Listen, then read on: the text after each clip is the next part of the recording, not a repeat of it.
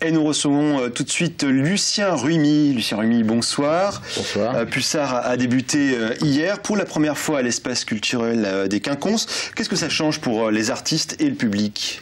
Déjà, c'est un niveau de confort qui est nettement plus élevé que celui quand nous étions sous les chapiteaux. Donc voilà. Donc ceci dit, il y a il y a beaucoup de choses qui sont parfaites, beaucoup de choses, des petits calages à régler, etc. De façon à ce qu'on puisse arriver à une situation qui soit pour nous au niveau de nos exigences, finalement, puisque comme on fait une sélection très forte, il faut que quand même on puisse offrir aux artistes qui ont passé cette sélection des conditions d'exposition les meilleures qui soient. Justement, ça passe par quoi? Une lumière particulière?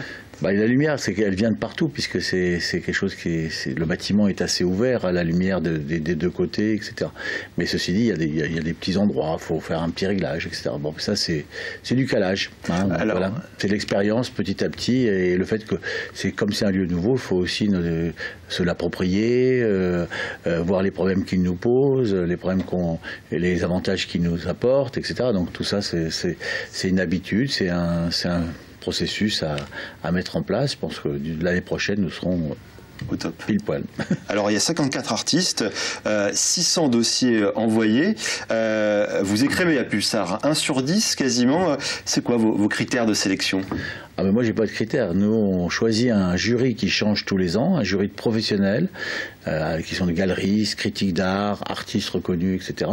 Et donc, à partir de ces gens-là, qui chaque année choisissent parmi les dossiers qui leur sont présentés, le nombre d'artistes par rapport au nombre de places que nous pouvons offrir. Ça veut dire quoi par rapport à la manifestation? Que depuis 21 ans, c'est une référence? C'est-à-dire que ça l'est devenu. C'est-à-dire qu'au départ, c'était une bande de copains, on s'amusait bien, et puis le public, lui, a répondu tout de suite présent. Beaucoup de monde. Et après, au bout d'un moment, tout un tas de gens qui nous demandaient est-ce qu'on peut venir, etc. Et puis les copains, des copains, et puis à un moment, ça devenait énorme, quoi. Puis c'était pas très satisfaisant au niveau des conditions qu'on apportait aux artistes, quoi.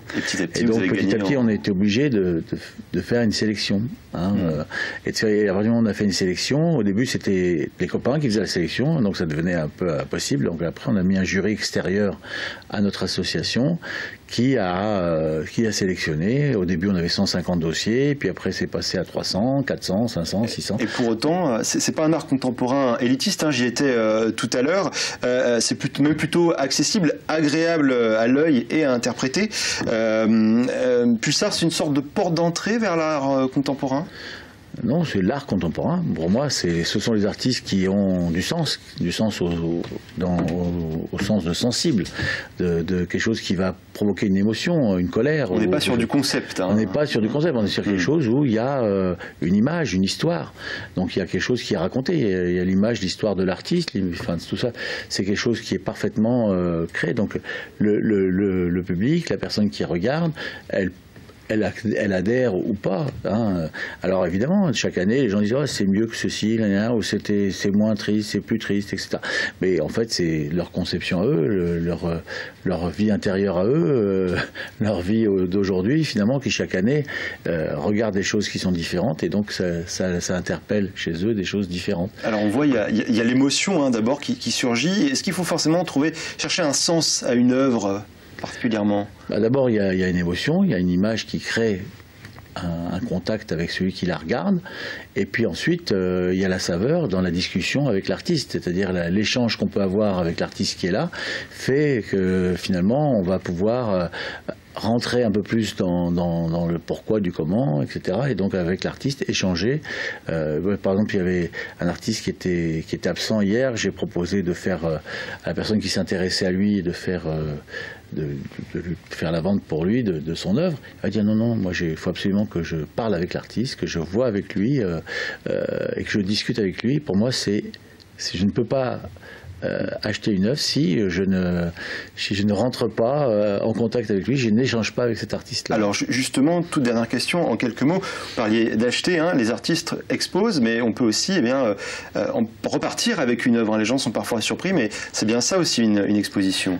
C'est une exposition, parce que comme c'est très difficile d'être sélectionné, les artistes qui sont là sont des artistes quand même qui ont un certain niveau et qui souvent en vivent. Hein, et même quand ils n'en vivent pas, il faut payer la création. C'est pas gratuit, il faut acheter les toiles, il faut acheter le matériel.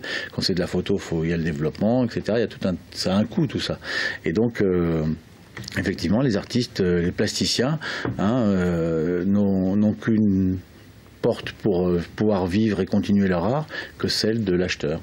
Et pour plus d'informations, n'hésitez pas à aller sur la page www.pulsar-lemans.com. Merci Lucien Rumi d'être venu sur notre plateau. C'est moi qui vous remercie. Et on ouvre tout de suite